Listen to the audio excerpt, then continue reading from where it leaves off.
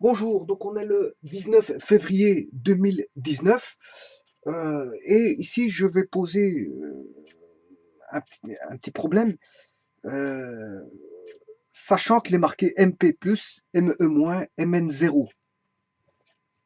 Alors il y a GR ici, GR ici, GR ici, on a trois constantes. J'ai bien dit trois constantes et je vais expliquer pourquoi trois constantes. Alors la question c'est, quelle conclusion tirez-vous? Bien, bien sûr vous comprendrez qu'on n'est pas en mathématiques ici, hein. On est bien en sciences, et je dirais même en sciences de la physique, euh, on va dire, du nucléaire, physique nucléaire. Bon, mais la physique nucléaire, bon, on parle des protons, neutrons, électrons, voilà, qui sont ce qu'on appelle des particules. Des particules, c'est-à-dire, normalement, les particules, euh, c'est concret, contrairement, je veux dire, à un rayonnement qui est abstrait. Alors, la physique des particules distingue complètement les particules des rayonnements. Une particule, c'est une particule, et un rayonnement, c'est un rayonnement. Bon. Alors ici, il est marqué M. Pourquoi M et GR? Mais GR, c'est la masse en grammes. La masse en grammes. La masse en grammes. Donc on a affaire à trois masses. Mais trois masses de quoi? Mais ici, on voit P+, c'est la masse du proton.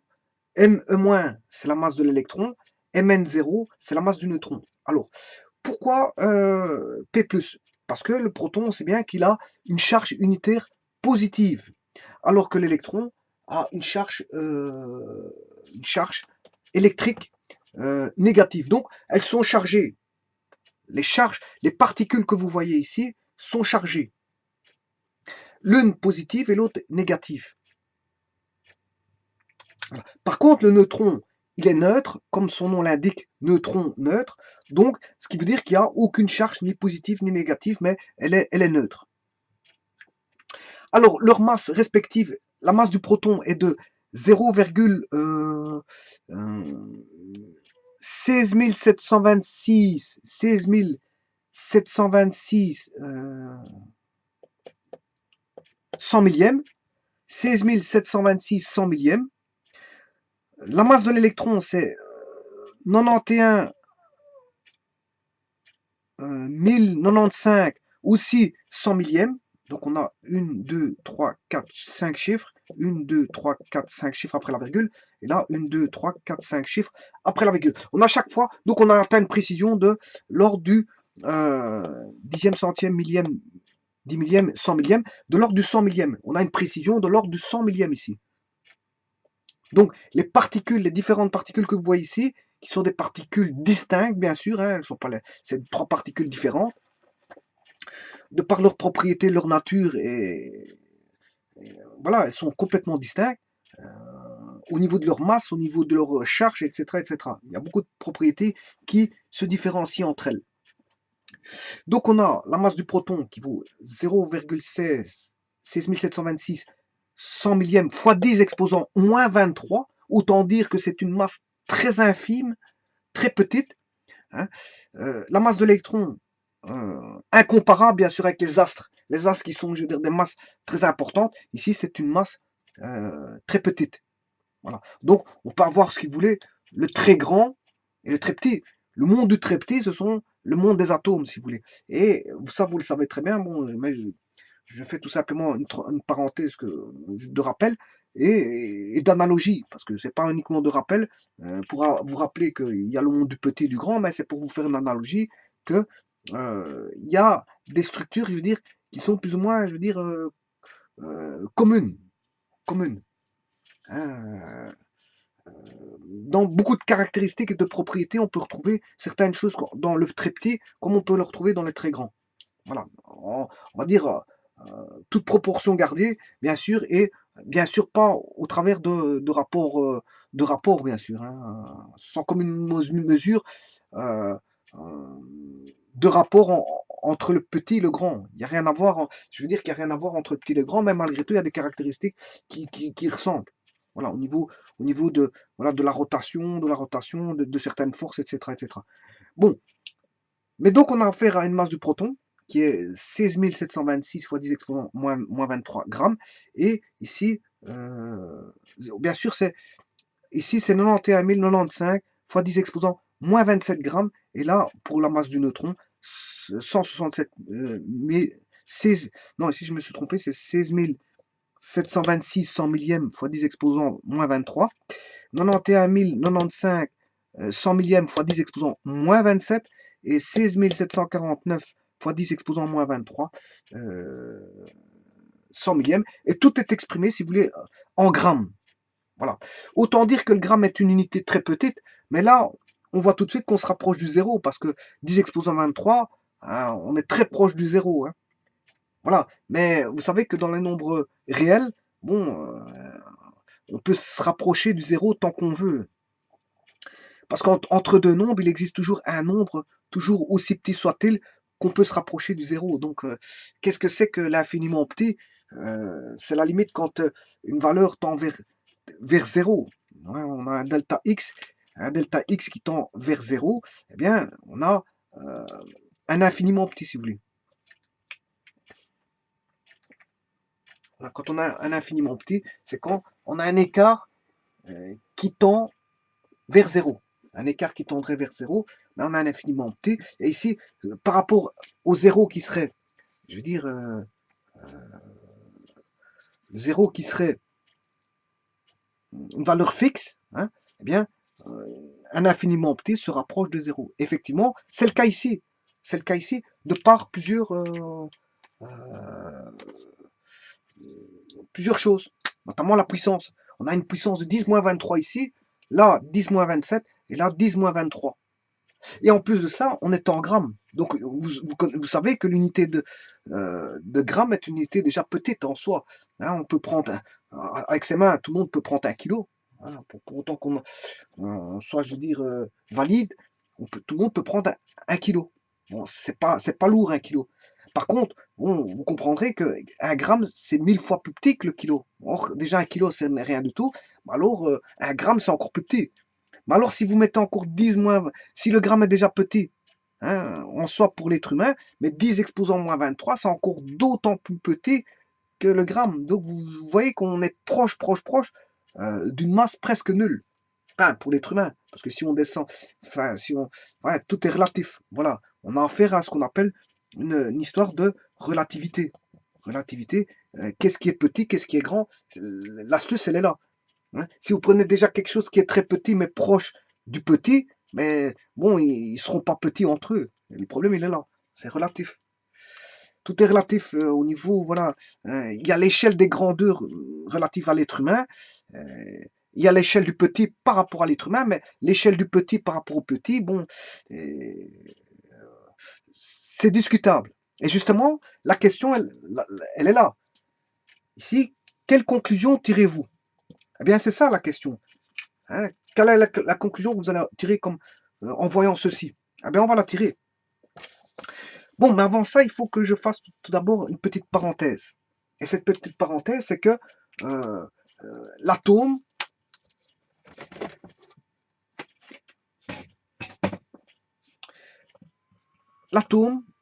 hein, puisqu'ici on parle d'atomes parce que les protons, les neutrons et les électrons, ce sont des éléments de l'atome, hein, ce sont des éléments propres à l'atome, et que la matière est constituée d'atomes. Voilà. Et donc, ce qu'on peut dire, c'est que l'atome, au départ, on a trouvé ce qu'on appelle des électrons. Des électrons. C'est la première particule qui a été découverte. Bon, ça a été fait par plusieurs personnes. Hein. Bon, une des personnes a découvert que via une expérience, hein, c'est là, voilà, on a fait une expérience avec une ampoule. Bon, il y avait bien sûr dans cette ampoule une anode et une cathode. Hein.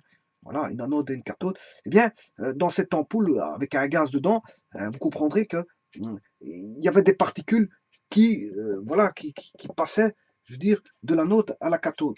Et ça n'avait rien à voir, si vous voulez, avec un rayonnement. On n'avait pas à faire. Oui, on avait du rayonnement, mais les particules qui passaient ici, c'était des particules. En plus du rayonnement, on avait voilà, des particules. Donc, qui dit particules, eh ben, on a découvert l'électron, c'est l'électron. C'est l'électron, les fameuses particules, c'était les électrons. Bien sûr, on avait du rayonnement parce qu'on avait de la lumière qui jaillissait, mais on n'avait pas que du rayonnement, on avait des particules. Et donc, le flux, quand on mettait une anode et une cathode, on avait des particules. Et c'est comme ça qu'on a découvert l'électron. Mais attention que, bon, ça a été fait par plusieurs personnes, hein. Euh, voilà, il y en a un qui a étudié cette caractéristique-là de l'électron, et on a déduit, si vous voulez, le rapport charge sur masse, qui est, si vous voulez, Joseph Thomson. Lui, là, il a étudié le rapport charge sur masse. Et ça, le rapport charge sur masse, qui est une caractéristique voilà, propre et intrinsèque, je veux dire, à l'atome, hein, parce qu'on peut étudier le rapport charge sur masse et voilà les valeurs que ça a, eh bien, ça a été fait par Joseph Thomson. Alors que l'expérience avec qui a découvert que c'était des particules, ben comment il s'appelle, Jean Perrin, monsieur Jean Perrin. Voilà, Jean Perrin a découvert que c'était des particules. Ouais, mais après, il y a Joseph Thomson qui a pris son expérience et qui a pu établir le rapport charge sur masse. Et alors, il a fallu attendre Robert Millikan pour trouver, si vous voulez, la charge de l'électron. Donc, vous voyez que ça a été fait, je veux dire, ne fût-ce que l'électron, pour étudier ses caractéristiques, ça a été fait par plusieurs personnes. Donc, mais le problème, c'est que l'électron, comme je vous ai dit, a une analogie avec, je veux dire, les systèmes planétaires. En fait, l'électron, il se trouve en périphérie. En périphérie de quoi? Périphérie d'un noyau. Donc, si vous voulez, dans l'atome, on a un noyau constitué bien sûr de particules avec gravitant autour des particules aussi. Mais ce ne sont pas les mêmes particules. Parce que dans le noyau, vous aurez la constitution du noyau est formée, si vous voulez, est englobée des protons. Et bien sûr, donc c'est dans le noyau. Donc on a le noyau ici. On a les protons qui sont positifs et les neutrons qui sont neutres. Bon, et là, on a la périphérie du noyau. Hein, c'est son environnement. On a l'environnement,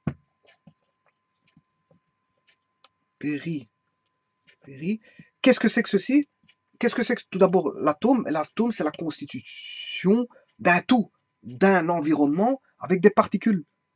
L'atome, c'est ça. C'est d'abord un environnement avec des particules. Donc il faut tenir compte de cet environnement. Et l'environnement, bon, regroupe, si vous voulez, un noyau et, je veux dire, voilà, une périphérie. Et dans ce noyau, on trouve les protons et les neutrons, et dans cette périphérie, on trouve des électrons. Des électrons. Alors, ces électrons ont été trouvés par plusieurs personnes. Hein, comme je vous l'ai dit, il y a Joseph Thomson, Robert Millikan et comment il s'appelle, Jean Perrin. Donc ils sont à trois. Il y en a un qui a découvert d'abord que c'était des particules, les électrons, via une lampe avec un gaz dedans, et bien sûr une anode et une cathode. Mais on voit qu'il y a des électrons qui jaillissent. Bien sûr, il y a du rayonnement avec. Hein. Je ne veux pas dire qu'il n'y a pas de rayonnement, parce qu'il y a du rayonnement avec. Mais que les électrons qui jaillissent, ben, c'est pas du rayonnement. En plus du rayonnement, il y a des électrons. Voilà. Donc il a découvert que c'était des particules et pas forcément du rayonnement. Bien qu'il y avait du rayonnement autour. Il y avait du rayonnement, mais aussi des particules qu'on pouvait voir jaillir. Et donc, ces électrons-là ont été étudiés après par d'autres personnes. Comme je vous ai dit, Joseph Thomson qui a établi le rapport charge sur masse. La charge électrique, bien sûr, hein, parce que c'est électrique. Voilà. Quand on dit P+, c'est électrique. Hein. E-, c'est électrique. Bon, N0, est-ce que c'est électriquement neutre? Donc, je veux dire, on peut considérer que c'est pas électrique. Mais P+, et E-, c'est électrique. Par contre, vous allez me dire, oui, ça c'est Robert Millikan, Joseph Thomson et Jean Perrin qui ont découvert et qui ont étudié l'électron. Mais par contre, ici, comment a-t-on découvert qu'il y avait un noyau avec comment est-ce qu'on appelle ça, des protons, des neutrons? Mais ça provient de ce qu'on appelle monsieur, enfin d'un certain monsieur qui est fort connu, bon, dans la physique nucléaire, qui est monsieur Rutherford. Rutherford, qui lui a découvert, je veux dire, voilà, que le noyau était constitué de protons et de neutrons. Donc il a fallu Rutherford, bien après de ceci, bien sûr, hein, c'est d'abord la découverte de l'électron, et puis après est venue la découverte des protons et des neutrons. Bon, alors comment il a établi ça? Je vous l'ai déjà fait l'expérience, hein, de Rutherford. Euh, eh bien, tout simplement, il a bombardé via je veux dire, une feuille d'or par des particules, enfin par comment est-ce qu'on appelle ça, des particules provenant, je veux dire, des particules envoyées par du polonium. Donc, le polonium,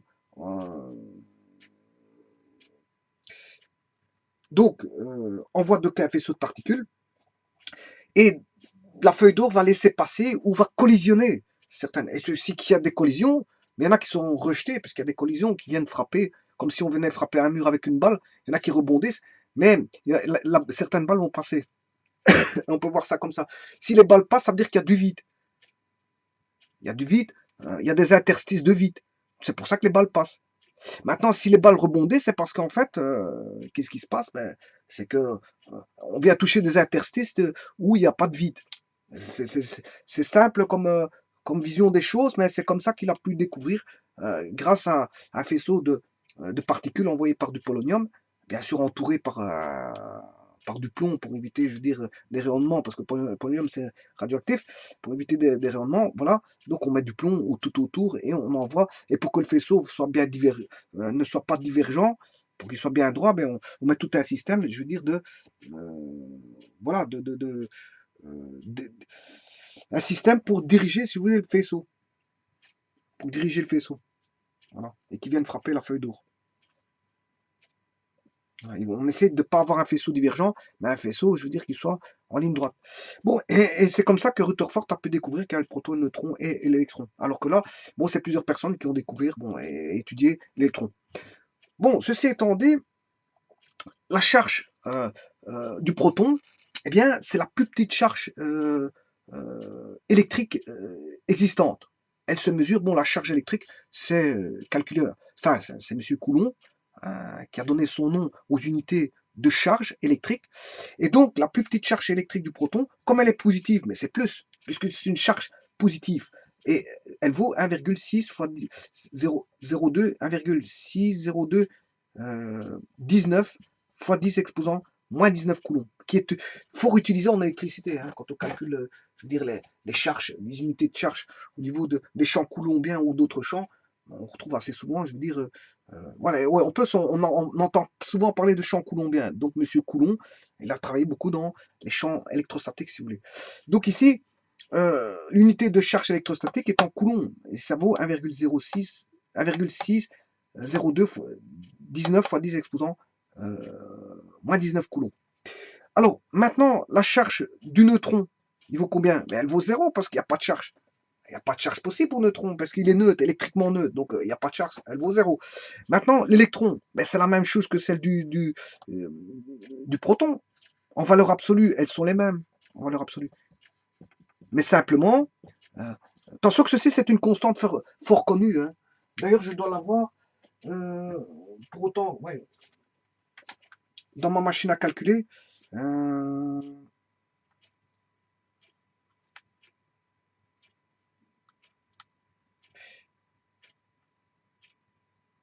Il faudrait que je retrouve mes constantes ici. Voilà, normalement elles sont ici. Constantes. Ouais, ici j'ai ici dans ma machine en faisant parce que j'ai const C-O-N-S-T. Donc j'appuie sur Shift, je vais le remettre à 0. J'appuie sur Shift, const. Et là j'ai la masse du proton. Si je tape 1, j'ai la masse du proton.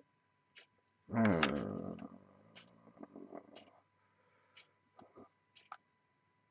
sais pas pourquoi il ne met pas là. Je vais recommencer. Shift constante. 1.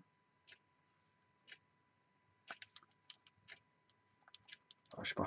Ici, comment ça se fait que Shift constante. Masse du neutron.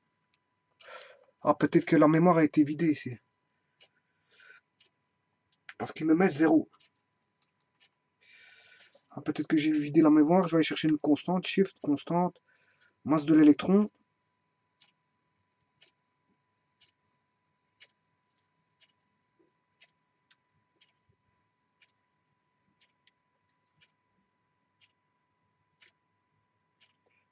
Enfin bref, ici apparemment j'ai beaucoup de... Voilà, et je dois trouver la charge de... Ouais, en fait ici, pour moi j'ai vidé la mémoire sans faire exprès. Mais voilà, en fait il y a la charge de l'électron qu'on retrouve. Si vous voulez, j'ai la masse du proton, du neutron, de l'électron, tout ça dans la machine à calculer au travers des constantes. Vous tapez constante, mais ici moi c'est vrai que j'ai manipulé souvent ma machine et j'ai peut-être fait une gaffe en vidant la mémoire. C'est ça que je veux dire, en chipotant dans ma machine. Enfin bref, tout ça pour vous dire que ceux qui manipulent bon, les champs coulombiens connaissent ça par cœur, d'office. Bon, c'est une donnée, c'est une constante fort connue par les électriciens qui utilisent les champs coulombiens et qui calculent les champs coulombiens. Et donc, fatalement, n'importe quel électricien pourra parler de la charge de l'électron et du proton qui reste la plus petite charge, la, la charge minimale. C'est la plus petite charge qui existe. Il n'y a pas plus petit en charge. Tout comme on a une vitesse de lumière, dire qu'on ne sait pas dépasser, voilà, eh bien, une constante de vitesse de lumière qu'on ne sait pas dépasser, il existe une charge électrique pour laquelle on ne sait pas dépasser, se retrouve en bas. Voilà. Et donc, le proton et l'électron ont cette caractéristique d'avoir la même charge électrique et la plus petite charge électrique possible et imaginable qu'on ait jamais trouvée. Bon, maintenant, la différence entre les deux, fatalement, il y a une différence de charge, une grosse différence d'ailleurs, c'est qu'il y en a une qui a une charge unitaire positive, hein, elle est considérée comme une charge plus 1, hein, ceci c'est une charge plus 1, alors que l'électron c'est une charge moins 1. Voilà, donc c'est juste ça. Alors que celle-ci est considérée comme la masse du neutron, comme une charge 0. Donc on aura une charge unitaire plus Q si vous voulez, et là une charge unitaire moins Q. Et là une charge unitaire 0. Bon, j'ai un petit problème ici de cadrage. À chaque fois j'écris quelque chose. Voilà. Donc, ceci étant dit, on a bien donc voilà la constitution de l'atome qui fait la matière, les atomes font la matière, eh bien on a le noyau, la périphérie, et dans le noyau on retrouve des protons et des neutrons, et dans la périphérie essentiellement du vide, je veux dire des électrons. Voilà, alors maintenant, ouais, quoique le vide n'existe pas, entendons-nous bien, il y avait quelque chose entre parce que le vide, ça n'existe pas. C'est pas du vide absolu, parce que le vide absolu n'existe pas. Bon, alors, revenons à notre question. Alors, quelle conclusion tirez-vous de la masse du proton, de la masse de l'électron, de la masse du neutron? On va tirer notre conclusion, mais on va faire comme un petit peu le fameux monsieur Joseph Thomson, qui a établi le rapport, quand il a étudié l'électron, il a fait le rapport charge sur masse. C'est lui qui a étudié le rapport charge sur masse. Ben nous, ici, on a plusieurs masses, mais on va faire des rapports de masse. Attention que ce sont les masses en chimie, il y a beaucoup de c'est très important les notions de masse, parce qu'en chimie, bon, il ne faut pas mélanger d'une masse à l'autre, c'est pas les mêmes, je veux dire, unités, parce qu'on ne parle pas des mêmes masses. Voilà. Donc ici, on a la masse en grammes, donc c'est bien la masse, je veux dire, de l'unité de masse, qui est l'unité de masse qui est le kilogramme dans le système MKSA. Le système MKSA, c'est le mètre kilogramme seconde et bien sûr ampère. Hein. Voilà. Et on retrouve le kilo du MKSA. Mais si bon, il est tellement accepté, ben on met un sous-multiple parce que c'est très petit. Bon, du kilo, on va passer au gramme parce que c'est des petites particules, c'est les plus petites particules qui puissent voilà, qu'on puisse trouver. Donc les plus petites particules, bon, fatalement, elles seront notées avec une plus petite unité. Et ici, on devrait même changer d'unité parce que je veux dire, le gramme c'est déjà assez grand, hein, parce que c'est pourquoi on met 10-23, c'est parce que le gramme est déjà trop grand, c'est déjà trop très grand. 10-23 c'est très petit. Hein, si 10-23 c'est très petit, pourquoi j'ai dû utiliser très petit ici? C'est parce que le gramme est déjà trop grand, donc il aurait fallu une unité encore plus petite, nettement plus petite, que le gramme est très éloigné du gramme. Voilà, mais c'est pas grave. De toute façon, moi ce qui va m'intéresser, c'est que je vais faire comme Joseph Thomson, je vais étudier le rapport, non pas charge sur masse, parce que ici j'ai pas de charge, hein, mais je vais étudier le rapport. Si j'ai la charge je l'ai ici, mais ici on me donne 3 masses, donc on me donne pas la charge, donc je ne vais pas étudier le rapport charge sur masse, mais je vais étudier tout simplement le rapport de masse. Alors, tout d'abord, voyons voir de visu qui est le plus lourd, qui est le moins lourd. Mais ici, on a déjà 0,16, 0,91. Ouais, si vous voyez apparaître 0, euh, euh, voilà, 773, mais vous comprendrez que là, on a que 4 décimales, hein. À 4 décimales, hein. On a arrondi à 4 décimales, hein. Là, on a 0,67, 26, mais le 26 est devenu 30, parce que 6 est plus grand que 5. Donc, fatalement, le 2, on fait plus 1, on a incrément d'unité. Donc, on a 0. Et alors, vous pouvez voir, parfois dans des bouquins, ou sur Internet, ou dans vos cours, mais peut-être qu'on vous l'a donné avec 4 décimales, alors que là, il est chiffré plus précis, avec 1, 2, 3, 4, 5 décimales. Voilà, je l'ai pris avec 5 décimales. Alors, vous allez me dire, ouais, mais où est-ce que j'ai été chercher ça? Mais c'est simple, je vais vous le montrer tout de suite. Euh,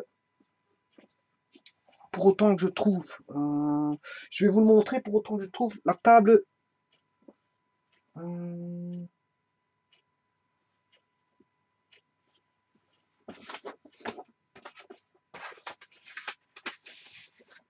voilà, j'espère qu'il est ici. Oui, voilà, il est ici. C'est parfait. Donc ici, qu'est-ce que je vois? Qu'est-ce qu'on voit apparaître? J'ai été chercher ça ici en fait, hein. Je dirais même pas ici parce que je l'ai pris dans un autre tableau des éléments parce que j'en ai un second. J'ai un second tableau comme ceci, des éléments atomiques. C'est le tableau de Mendeleev tout simplement, hein. Voilà, c'est le tableau de Mendeleev voilà, qui est ici. Alors, ici, qu'est-ce qu'on voit? On voit la propriété de quelques particules subatomiques. Particules subatomiques, voilà, c'est l'électron, le neutron, le proton. C'est ce que je parle, proton, électron, neutron. Mais en plus de ça, on retrouve les neutrinos et les photons. Mais les photons, que je vous rappelle, ce ne sont pas des particules, les photons, hein. Enfin, si, on peut considérer comme les photons comme des particules, on peut considérer, mais on peut considérer soit comme des particules ou un rayonnement. On peut considérer ça comme des particules ou un rayonnement. Voilà. Donc, tout dépend comment on étudie la lumière, hein. On peut l'étudier sous forme de rayonnement ou sous forme de particules, c'est-à-dire des photons. Voilà, ça dépend comment on va étudier la lumière. Voilà. Mais, donc ici, c'est bien des particules. On a l'électron, les électrons, neutrinos, protons, neutrons, neutrinos pardon, et photons. Alors, on a le symbole. L'électron c'est E, le neutron c'est N, le proton c'est P. Voilà. Et neutrino c'est nu et le photon c'est G. Mais par contre, j'ai un autre tableau qui ne me donne pas G. Pour autant que je trouve ce tableau là, je ne sais pas où je l'ai foutu. Voilà. Et là, c'est de là que je retire, si vous voulez, mes caractéristiques. C'est de là que je retire mes caractéristiques. Voilà, je l'ai trouvé mon tableau. Il est ici. J'ai retrouvé mon second tableau. Voilà, donc on retrouve les électrons, les neutrons, protons, neutrinos et photons. Voilà, ici c'est nu et là c'est gamma, alors qu'ici ils ont mis G. Mais c'est pas G, c'est gamma en fait, hein. Ils disent G pour gamma. C'est ça que je me disais, c'est pas G, mais plutôt gamma. Ils ont mis G. Voilà, mais normalement c'est gamma. Voilà, parce que les photons c'est gamma. Bon, alors, il y a la masse au repos en kilos. Ah oui, oui, oui. Ici, elle est donnée en grammes. Elles sont données en grammes. Bon, vous retrouvez, c'est le même tableau, hein, je vous dis la vérité. Ici, ils ont recopié tout simplement.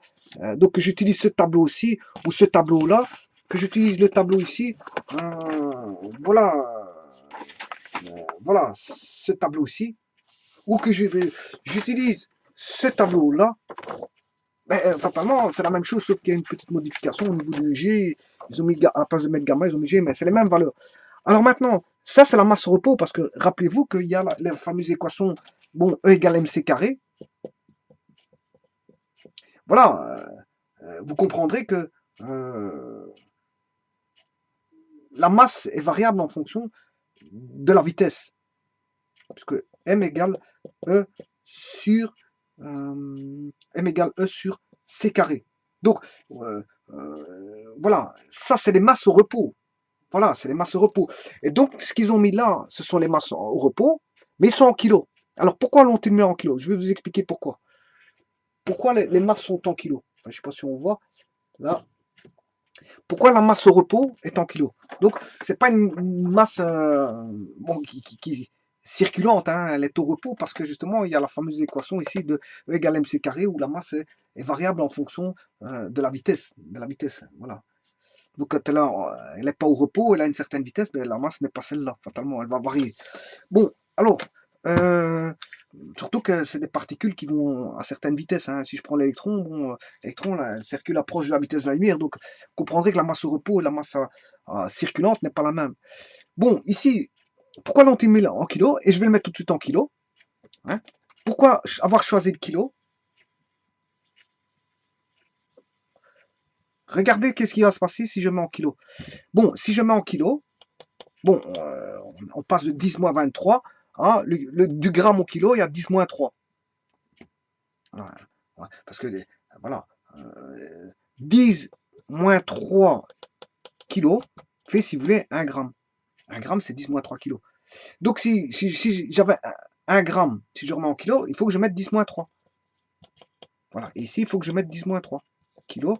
Et là, il faut que je remette 10 moins 3 kilos, puisque 1 gramme, c'est 10 moins 3 kilos. Alors maintenant, 10 moins 3 et 10 moins 23, c'est qui fait, on retombe encore je veux dire, une échelle encore plus grande. On a 10 moins 26. Hein. Donc c'est pire que le gramme. C'est vraiment, j'utilise encore une unité encore plus grande que le gramme. 10 moins 26. 10 moins 26. Là, 10 moins 30. 10 moins 30. Et là, 10 moins 23 et 10 moins 6. 10 moins 26. Voilà. Là, tout est en kilos. Il n'y a pas de problème. Que je le mette en grammes ou en kilos, ça ne va rien changer parce que je vais faire des rapports. Les conclusions que je vais tirer, c'est par rapport à des rapports.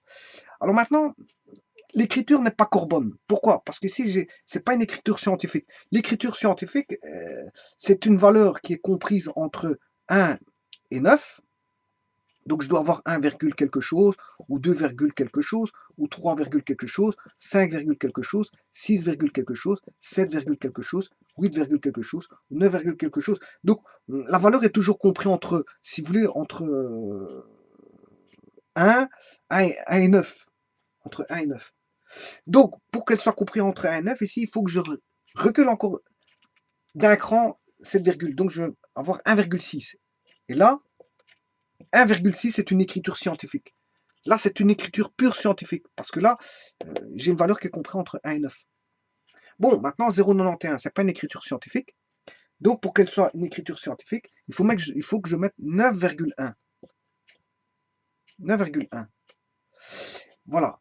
Et maintenant, j'écris avec l'autre ici, c'est 1,6. Alors, maintenant, on va commencer à discuter. Bon, sachez que ces masses de protons, électrons, neutrons sont valables pour n'importe quel type d'atome. Hein. Ce que j'écris là, quel que soit, ça c'est quel que soit l'atome, hein, que ce soit un atome d'hydrogène, ou un atome d'oxygène, ou un atome de ce que vous voulez. Je veux dire, ça c'est quel que soit l'atome. Hein. La masse du proton, elle est la même pour elle est la même pour tous les atomes, hein, quel que soit l'atome que vous allez prendre. Hein. La masse de l'électron, elle est la même pour tous les atomes, quel que soit l'atome que vous allez prendre. Bien sûr, c'est la masse au repos, entendons-nous bien. Hein. C'est les masses au repos, pas à une certaine vitesse. Hein. Voilà. Donc, la masse du proton, elle est la même pour tous les éléments atomiques. La masse de l'électron, elle est valable. Vous n'allez pas avoir un électron qui est différent pour l'hydrogène et un électron qui est différent pour l'oxygène. Non, les masses des électrons sont tous les mêmes, quel que soit le type d'atome. La masse du neutron, c'est pareil. La masse du neutron est la même, quel que soit le type d'atome. Bon. Alors, on sait tout ça. On sait bien qu'on se situe au repos. Donc, je vais oublier cette hypothèse, puisque en fait, on sait que par hypothèse, on est au repos. Maintenant, on va faire l'analyse. On va se dire, bon, qu'est-ce qui est plus lourd? Déjà, est-ce que la masse du proton est égale à la masse du neutron? Mais non, il y a une légère différence. Si vous faites la différence, si vous prenez à 2 centièmes près, ben oui, on a au centième près, la masse du proton vaut la masse du neutron. Au centième près, puisqu'on a 1,67 et 1,67, 10 moins 26, 10 moins 26. Donc, apparemment, c'est la même chose. Au centième près. Mais dès que vous arrivez au millième près, c'est différent, puisqu'il y a une légère différence. On a là, on aura 26 deviendra 3, alors que 49 deviendra, pour la masse du neutron, 1,67 5. Voilà. Voilà ce que ça va donner euh, au dixième, centième, millième. Au millième, ça va donner 673, 675. On a une légère différence. Voilà. Maintenant, si on va encore un peu plus loin, si je prends au 100 millième, 10, 100, centième, millième. Ouais, maintenant on est au 10 millième parce que j'ai tout reculé de, voilà, euh, d'unité. Alors, j'espère que je ne me suis pas trompé ici. Est-ce que j'ai rajouté en reculant la virgule d'un cran? Je vais revoir dans mon tableau si je ne me suis pas trompé. Donc, ici, voyons voir si j'ai pas oublié de reculer d'un cran ici. C'est vrai que c'est bien de mettre à l'écriture scientifique, mais il faut pas oublier d'écrire ici. Bon, moi, ouais, donc en fait, si je reviens ici, on a l'électron, neutron et proton, neutrino et photon qui sont des particules subatomiques. Alors, on a la masse du repos, la masse au repos, qui est donnée en kilos. Donc, on avait 10 moins 31, 9,1, 10 moins 31. Ouais, donc ici, je l'ai oublié de reculer. Parce que quand j'avais 0,91, là, j'ai reculé, mais là, j'ai oublié de le faire. Donc, je dois reculer d'un cran. Donc, ce qui fait 10 moins 31. Voilà. Et on retrouve notre fameux 9,9 pour l'électron, bien sûr, 9,1095, 10 moins 31. Mais j'avais oublié de reculer d'un cran, puisque ici, j'ai reculé d'un cran. Est-ce que j'ai pas oublié de l'écrire là? Normalement, ça ferait 10 moins 27. Voyons voir. Pour la masse du neutron, exact, c'est 1,6749 fois 10 moins 27. Donc j'ai oublié voilà, en reculant celui-ci pour avoir l'écriture scientifique, j'ai oublié d'écrire, de reculer d'un cran ici. Et alors si je recule d'un cran ici, ben, l'exposant doit reculer d'un cran aussi. Est-ce que je l'ai fait? Pour le proton? Le proton qui vaut 1,6 1,6726, 10 exposants, moins 27. Donc, vous voyez, j'avais reculé tout d'un cran pour avoir l'écriture scientifique, mais j'ai complètement oublié voilà, de faire voilà, le rectificatif au niveau de l'exposant, puisque si ça recule d'un cran ici de 10 exposants moins 1, de 10 exposants, ouais, si vous passez de 0,16 à 1,6, ben vous avez fait x 10. Donc, et pour que ça reste inchangé, vous devez diviser par 10. Et le divisé par 10 revient sur l'exposant. Donc, de 0,16 à 1,66, il fait x 10. Mais pour ne pas que la valeur soit modifiée, parce que faire x 10, si je prends 4 x 10, ça fait 40. C'est plus 4. Entre 4 et 40, il y a une grande différence. Hein. Il y en a un qui c'est 4, l'autre c'est x 10. Donc, si je fais x 10 pour garder 4, ben, je dois diviser par 10. Donc, ici, si je fais x 10 pour avoir 1,6, puisque j'avais 0,16, je fais x 10, donc je dois diviser par 10. Et 10 moins 26 divisé par 10, c'est 10 moins 27. Parce que 10 moins 26 fois 10 moins 1, reculer d'un cran, c'est faire 10 moins 1, ce qui fait 10 moins 27. Voilà, ça c'est pour les écritures scientifiques, mais j'avais complètement oublié de le faire parce que j'étais en train de discuter sur d'autres desiderata, et donc j'ai suivi un autre chemin, et j'ai pas omis j'ai omis d'écrire la puissance, mais voilà, c'est fait, le calcul est fait. Voilà, donc ça, pourquoi je vous dis ceci? Que la masse du proton, au centième près, vaut la masse du neutron, au centième. Mais qu'il y a quand même une légère différence entre la masse du proton et la masse du neutron. Voilà. Mais elles sont proches.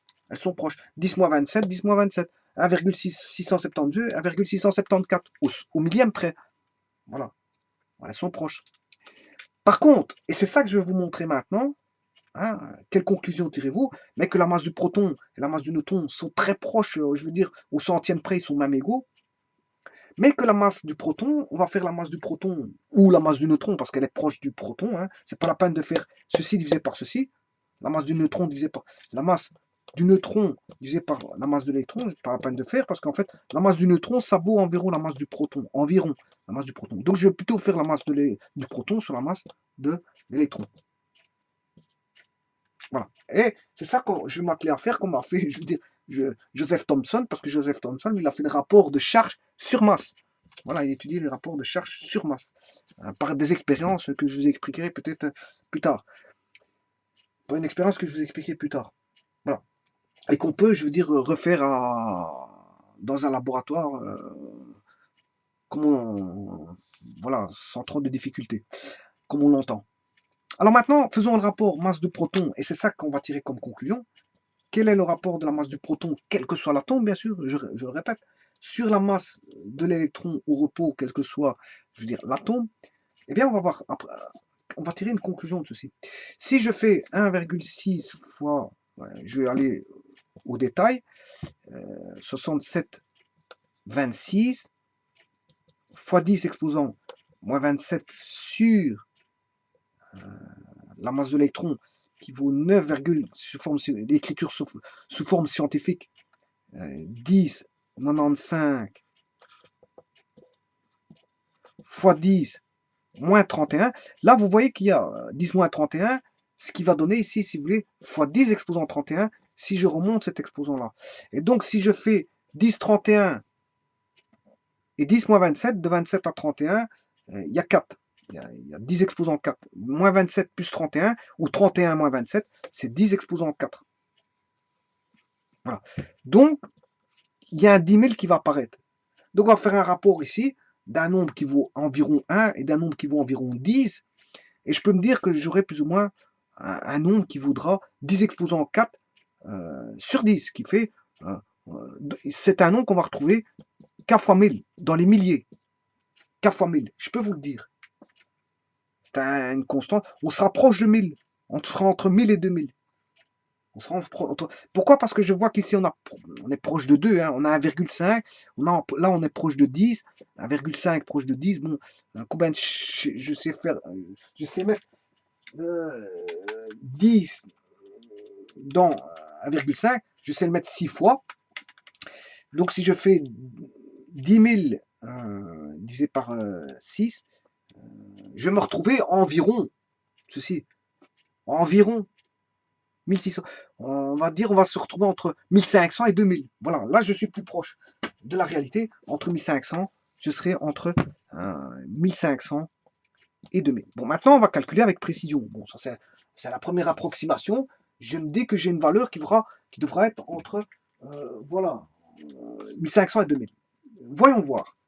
Le rapport des masses entre le proton et le neutron, qui est plus lourd? Ça voudrait dire que le proton est 1500, entre 1500 fois et 2000 fois plus lourd que l'électron. Voilà, ben on va voir que vaut cette charge, ce rapport de masse, 1,6726 fois 10 000 divisé par 9,1095. Voilà, 1836,105, 165. Je ne sais pas si on a vu. 1836, 105, 195. Bon, je vais le noter. 1836, 105, 165. Bon, voilà. Donc, qu'est-ce qu'il veut dire? Je vais retirer les décimales et on va parler en approximation, je veux dire entière. Voilà, je retire les décimales. Donc, je vous avais bien dit, on est bien entre 1500 et 2000. 1836, c'est entre 1500 et 2000 quand même. Voilà, y compris entre 1500 et 2000. C'est bien ce qu'on avait dit dans notre première approximation. Et je fais une seconde approximation plus fine. 1836 est la bonne. Je dis que 1836 est la bonne réponse par rapport à 1836,105, 165. Bon, ça veut dire que je laisse tomber les décimales et je prends la partie entière. Je prends la partie entière et la partie entière ferait 1836. Donc, ce qui veut dire que en écrivant ceci,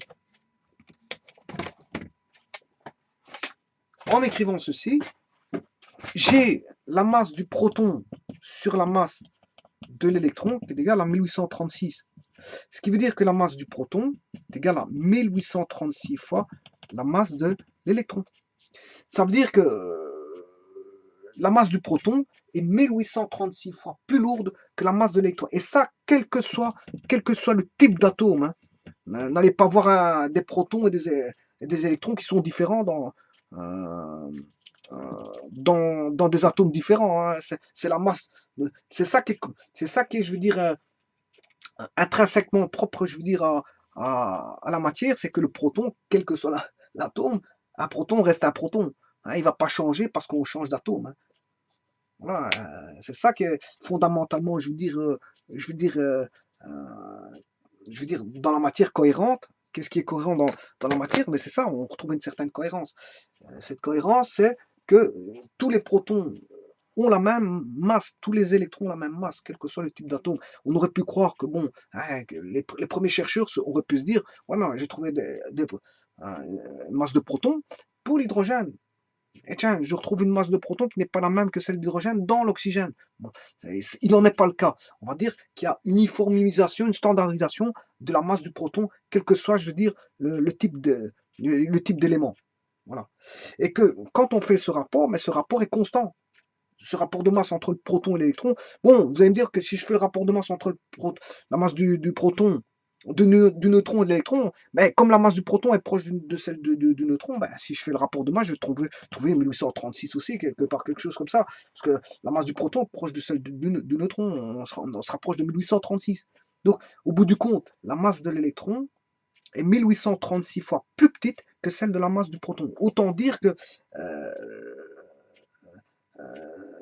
que la masse de l'électron est négligeable, hein, devant celle du proton. Bien qu'il ait une masse, elle est négligeable. On peut la négliger. En première approximation, on peut la négliger, comme je l'ai fait ici. Donc, en conclusion, je dirais quoi? Mais que je reviens à notre noyau ici. De quoi est constitué l'atome? Mais il est constitué d'un noyau et de la périphérie. Et quand je dis périphérie, ben, comment ils tiennent les électrons? Ben, on peut se dire la même chose. Comment tiennent les astres, hein? C'est un peu la même chose. C'est parce que l'électron gravite autour du noyau. Il gravite autour du noyau. Voilà. Il gravite autour du noyau par des forces, voilà, électriques. Hein. Voilà. Donc des forces électriques, c'est pour ça que je veux dire, voilà, c'est des forces électriques et des forces mécaniques. Hein. Parce qu'en fait, on a quand même un mouvement mécanique, donc on a un mouvement mécanique plus des forces électriques, et les deux font que, d'ailleurs, on a, je dirais, une espèce de rotation autour du noyau. Donc, ce qui veut dire que l'électron pèse presque rien, ce qui permet de le faire tourner, hein, parce que s'il pesait très lourd, bon, quelque chose de très lourd, on aurait difficile à le faire tourner. Donc, l'électron, c'est tout à fait logique qu'il est en masse très, très léger. C'est pour qu'il puisse, je veux dire, tourner à une vitesse très rapide, proche de la vitesse de la lumière. Voilà. Donc, s'il tourne très vite, mais je veux dire, euh, il faut une masse très petite pour qu'il puisse tourner très vite. Parce que plus on va mettre de la masse, plus l'inertie va être là et plus on aura du mal à le faire tourner. Donc, c'est tout à fait logique que la masse de l'électron est très petite. Ouais, mais le proton, lui, il est dans le noyau. Voilà, il tourne pas dans le noyau. Voilà, donc c'est normal qu'il est plus lourd. Bon, mais ma conclusion de ça, ça veut dire quoi? Ça veut dire que toute la masse, elle est où? Elle est concentrée dans le noyau, parce que le proton est plus lourd que l'électron, et que le proton est dans le noyau. Donc fatalement, le proton, euh, le noyau possède, voilà. Attention que quand un atome possède le même nombre de protons que d'électrons, parce qu'un atome, c'est électriquement neutre. Électriquement neutre. Donc on a le même nombre de protons que d'électrons. Voilà, le nombre de protons et d'électrons est le même. Donc si j'ai 6 électrons, mais j'aurai 6 protons. Voilà, pour avoir les neutrons. Je veux dire, là, ils sont neutres, on s'en fout de combien il y en a. Voilà, mais comme les protons, hein, j'aurai 6 électrons avec une petite masse. Hein. Attention qu'ici, si j'ai 6 électrons, mais si pour un électron, j'ai une masse de 1836 fois plus grande, pour un électron, j'ai 1836 fois la masse pour un proton, mais pour 6 électrons, j'aurai 6 fois 1836 fois la masse plus lourde dans le noyau. Et en plus de ça, j'aurai des neutrons présents dans le noyau qui vont apporter comment on appelle ça, leur contribution à la masse, et qui feront que, comme le neutron a presque la même masse que le proton, hein, elle a presque la même masse que le proton, donc vous voyez la lourdeur qu'on va avoir dans le noyau par rapport à l'électron. Donc toute la lourdeur va se faire dans le noyau. C'est les neutrons, les protons. Si j'ai 6 électrons, vous faites 6 fois 1836 dans le noyau, plus le nombre d'électrons fois 1836 par rapport à... S'il y a deux neutrons, par exemple, deux neutrons, mais c'est 1836 fois 2. Parce que le rapport entre le nombre de neutrons et d'électrons est de 1836. Comme le rapport de nombre de protons par rapport à la masse, enfin, je m'excuse, le rapport de la masse du neutron par rapport à celle de la masse de l'électron est de 1836 parce que la masse du neutron est presque équivalente à la masse du proton. Et comme on sait que la masse du proton est 1836 fois plus importante que la masse de l'électron, donc ça veut dire que ces deux-ci ont presque la même masse, masse du proton et masse du neutron, et qui est en rapport 1836 fois plus grand que celle de l'électron. Mais si j'ai 6 électrons au niveau de la périphérie, et ça veut dire que si l'atome doit, j'ai affaire à un atome, ça veut dire qu'il est neutre. Si j'ai 6 électrons, j'ai 6 protons. Voilà. Et supposons qu'on ait deux neutrons dedans, hein, par exemple, si j'ai deux neutrons, eh ben, ce sera 6 fois 1836 fois plus lourd que la masse de l'électron, plus les deux neutrons qui est 2 fois 1836 fois la masse de l'électron, ce qui veut dire qu'on aura 6 plus 2, ce qui veut dire 8 fois 1836 fois la masse. J'aurai 8 fois, dans ce cas-ci, 8 fois la masse de 1836 fois plus grande que la masse de l'électron. Voilà. Et ça, j'ai considéré que si j'avais que 6 protons, hein, et plus vous allez augmenter en électrons, et donc fatalement en protons, et d'autant plus que la masse va être énorme ici, de plus en plus énorme dans à ça.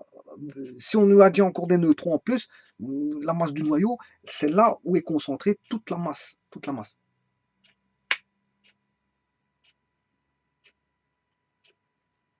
Donc toute la masse est concentrée de l'atome, est concentrée essentiellement, je veux dire, dans le noyau. C'est dans le noyau qu'on retrouve toutes les masses. Donc, quand les savants atomistes avaient découvert, si vous voulez, l'électron, mais ils ont découvert quoi? L'électron, d'accord, mais c'était quelque chose qui était en mouvement d'abord, un mouvement, voilà, comme une orbite, ouais, comme on va dire, un astre qui tourne autour de son orbite, un peu la même chose. Ils ont trouvé quelque chose qui était en mouvement, l'électron, autour de l'atome, il est en mouvement autour de l'atome, bien sûr. Ils ont trouvé que c'était une petite masse, mais ils n'avaient rien trouvé. Ils ont trouvé, oui, ils ont fait une avancée dans le monde de l'infiniment petit, sachant que, bon, le noyau, voilà, le noyau, je veux dire, il est encore caché, si vous voulez, il y a les électrons qui tournent, et il est caché le noyau est encore caché voilà, dans une périphérie, tout ça, c'est pas visible, tout ceci, hein. Voilà, c'est pas visible. Le noyau n'est pas visible, parce qu'en fait, si l'électron tourne, ben, il y a un nuage électronique, donc on ne sait pas voir le noyau. Donc il faut faire des expériences un peu spécifiques pour essayer de découvrir, je veux dire, les particules. Bon, l'homme y arrive, il arrive à découvrir tout ça via voilà, des conclusions il tire des conclusions par des calculs, etc. Mais je veux dire, voilà, voilà, il y a un nuage électronique pour voir à l'intérieur du proton, ben, je veux dire, on voit rien. Voilà. Donc, ce qui veut dire que la première découverte a été celle de l'électron, qui était la couche périphérique, c'est-à-dire la plus extérieure. Et puis, il est rentré dans l'atome qui est le noyau.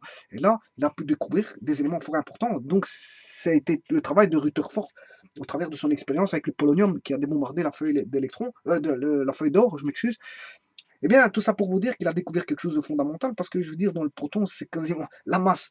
Et je veux dire, comme en chimie, on parle beaucoup de masse, les masses, c'est fort important en chimie, donc comme le noyau constitue la masse, essentiellement la masse, mais il a découvert quelque chose de fondamental, puisque en fait, quand on fait des réactions chimiques en chimie, ben, fatalement, on parle de beaucoup de masse, hein. La plupart des outils qui étaient les outils des premiers chimistes et des alchimistes, bon, c'était les peser, les peser. La première chose, c'était les peser. Et il y avait des lois de pondération, ben, il y a toujours ces fameuses lois de pondération. Et donc, fatalement, c'est de la pondération de masse. Donc, fatalement, la masse est extrêmement importante. Voilà. Et quand on fait un tableau de Mendeleïev, mais on retrouve, je veux dire, des unités de masse. Mais voilà, différents types d'unités de masse. C'est pas toutes les mêmes. D'ailleurs, je vais les décortiquer chacune une par une. Mais tout ça pour vous dire que la masse, la découverte du proton a été fondamentale parce que c'est là qu'est concentrée toute la masse. Et donc, en chimie, on parle souvent de masse. Donc, voilà, découvrir ça, c'est découvrir, je veux dire, c'est un pas en avant, je veux dire, immense dans la découverte scientifique. Et c'est pas pour rien que, je veux dire, on décortique ici dans les tableaux de Mendeleïev, mais je veux dire, le nombre de protons, de neutrons, voilà, plutôt le nombre de protons et d'électrons, et les masses, et des masses. Bon, les masses, j'en discuterai, parce que c'est pas forcément des masses en grammes, hein. Ça, je vous expliquerai comment ça va. Mais je veux dire, parce que les notions de masse, il faut. Ouais, la notion de masse a été, je veux dire euh, euh, différenciée. On retrouve différentes, je veux dire, masses, euh, différentes définitions de masse, si vous voulez, différentes définitions de masse. Une masse n'est pas l'autre. Une masse n'est pas l'autre. C'est pour ça qu'il faut faire très attention en chimie quand on parle de masse. Parce que un des éléments fondamentaux de la chimie, c'est la masse des éléments. Donc, je veux dire, la masse, il y a différents types de masse. Et donc, elles sont répertoriées suivant des unités bien précises. Et ces unités, bon, sont, dépendent, je veux dire, bon, de l'unité qu'on a choisie. L'unité qu'on a choisie. Donc là, il faut faire attention parce qu'il faut définir les choses. Si on ne définit pas les choses correctement, vous allez faire un mélange sur les notions de masse. Voilà, donc tout ça pour vous dire ici, moi j'ai utilisé une masse du système MKSA, la masse en kilos. Voilà, j'ai utilisé la masse en kilos, la masse la plus conventionnelle connue que les balances, bon quand c'est des petites balances bien sûr, parce qu'on peut mesurer un camion, c'est une autre balance. Voilà, c'est une balance pour les camions, hein. Il y a les balances pour les tonnages, les balances pour les kilogrammes, une balance de cuisine hein, qui mesure en kilos. Mais si vous mettez des tonnes sur une balance en cuisine, vous allez casser. Donc fatalement, il y a des balances qui mesurent voilà, en microgrammes. Voilà, et si vous mettez 1 kilo sur une balance en microgrammes, vous allez la détruire. Hein. Voilà. Donc tout ça pour vous dire que euh, quelle conclusion tirez-vous? Mais c'est que la masse du euh, que la masse du proton est 1836 fois plus grande que celle de la masse de l'électron et que toute la masse est concentrée dans le noyau. Là, on retrouve les protons et les neutrons, puisque les protons et neutrons sont stockés, si vous voulez, dans un noyau, dans un confinement. Voilà, il y a un confinement et on retrouve dans ce confinement, si vous voulez, des neutrons et des protons. Et dans sa périphérie, ben, on retrouve la gravitation, si vous voulez, de circuler, enfin, sous forme d'orbite, hein, je veux dire, d'électrons. Et que pour pouvoir circuler, ben, elles doivent être à très grande vitesse. Ces électrons doivent être, je veux dire, d'une masse infime. Infime. Et voilà pourquoi on retrouve une masse infime. Donc, ici, quelle conclusion tirez-vous? Ben, j'ai des masses et j'essaie de les confronter en faisant des rapports pour voir qui est plus lourd, qui est moins lourd. Et s'il y a un rapport constant, effectivement, il y a un rapport constant. Et on sait voir qui est le plus lourd, qui est le moins lourd. Voilà. Donc, la seule chose que je peux faire ici, ayant des masses, c'est de faire le rapport pour voir qui est le plus grand, qui est le plus petit, voilà. Et de discuter sur voilà, ces particules et voilà, sur les masses des particules. Bon, maintenant, si vous voyez sur Internet, ou je veux dire dans un de vos bouquins, 1,6 et là 6724, bon, on va pas chicaner, hein. Si vous dites que la masse du proton, enfin, du moins que c'est 10 exposant moins 27, il y a pas, faut pas chicaner sur la quatrième décimale à 10 exposant moins 27 près. Hein, on va pas commencer à discuter. Si vous mettez 4 à la place de 6, bon, ça dépend de la précision qui est demandée dans vos calculs. Voilà, c'est surtout ça. Hein.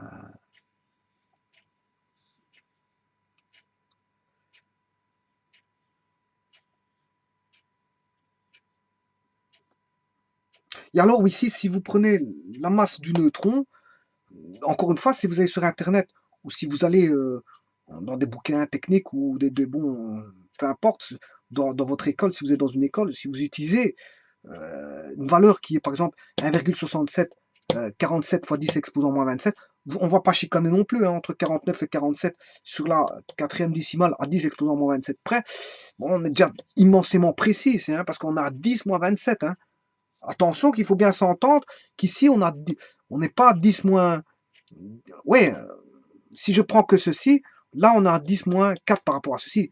Mais il ne faut pas oublier qu'on a 10 moins 27, c'est-à-dire que le nombre, ce 1,6749, si je voulais mettre en tant que 0, quelque chose, mais il est très loin, il est dans les. Voilà, très loin. Il est très loin, très éloigné. Je ne vais pas faire vous le montrer ici, mais il est très éloigné. Voilà. Et voilà. Quand on écrit ceci, et ça, ce sera ma conclusion ici,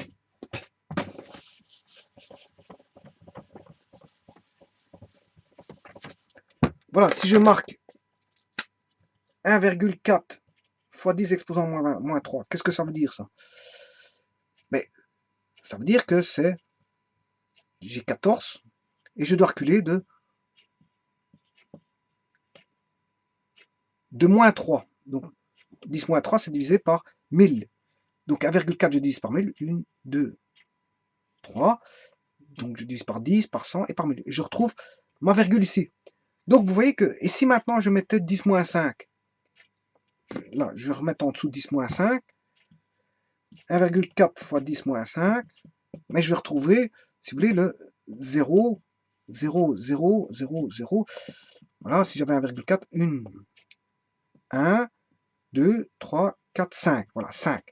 Voilà, 5 rangs. Je recule de 5 rangs, parce que 10 moins 5, c'est divisé par 10 000.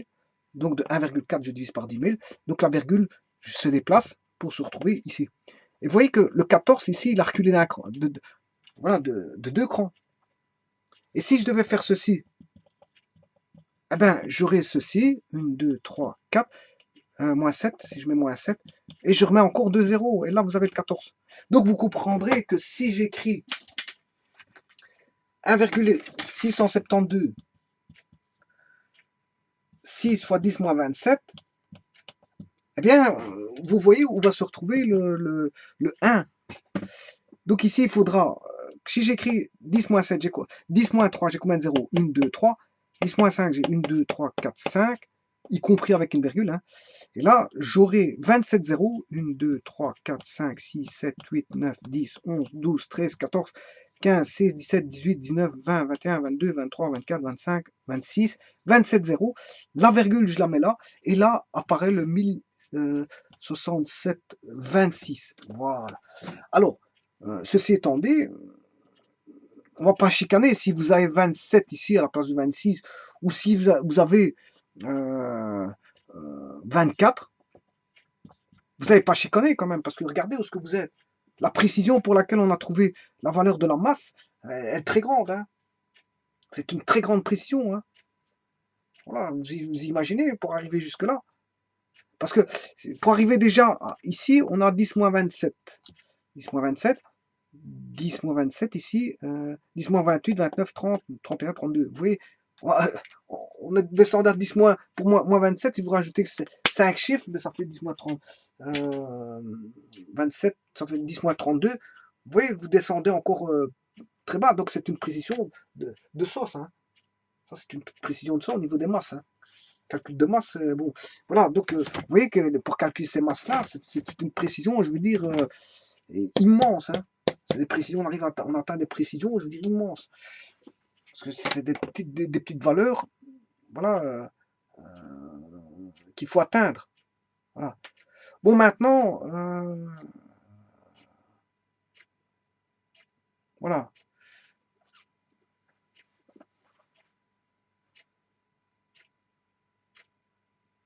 Atteindre des précisions comme ça, quand c'est petit comme ça, c'est vraiment des précisions immenses. Voilà, en conclusion, je dirais que, quelle conclusion tirez-vous? C'est que la masse du proton, ou la masse du neutron qui est proche du proton, que la masse du proton, elle vaut 1836 fois environ. Ouais, quand j'enlève les virgules, quand on enlève les virgules, il faut mettre environ, hein, environ 1836 fois. Voilà, environ 1836 fois, je veux dire, la masse de l'électron. Je veux dire que toute la masse est concentrée. Ça, c'est pour, bien sûr, le rapport masse-proton, bien sûr, pour un électron et un proton. Hein, voilà.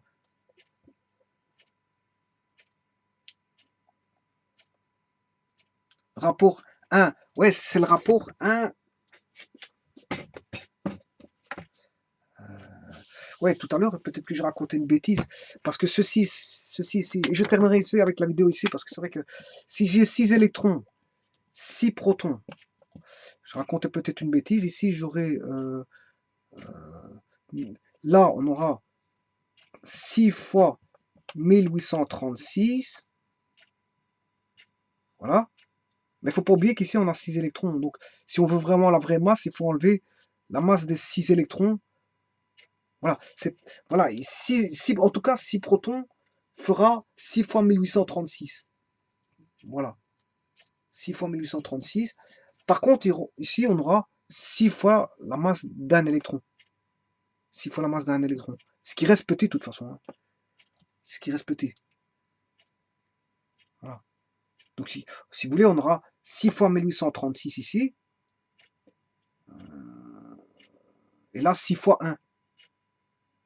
Voilà, 6 fois 1. Puisqu'on a 6 électrons, là 6 protons. Là, on a 6 fois la masse de l'électron. Hein, 6 fois la masse de l'électron. Et là, on a 6 fois la masse d'un électron. Ça veut dire qu'on se retrouve avec une masse unitaire. Hein. C'est ce que ça veut dire. On a une masse unitaire. Là, la masse de l'électron. Voilà, si je fais la masse du proton sur la masse de l'électron, je peux réfléchir en termes de masse unitaire. Si la masse de l'électron est unitaire, voilà, la masse du proton sera 1836 fois la masse de l'électron, en rapport par rapport à la masse de l'électron. Donc, si j'ai 6 électrons, ça fait 6 fois 1. Si j'ai 6 protons, ben, j'ai 6 fois 1836.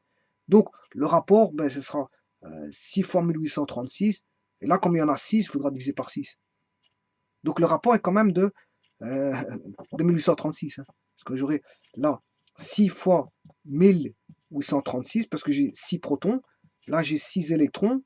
J'ai 6 électrons. Donc, 6 fois 1 électron, hein, la masse d'un électron. Donc, le rapport vaudra toujours 1836.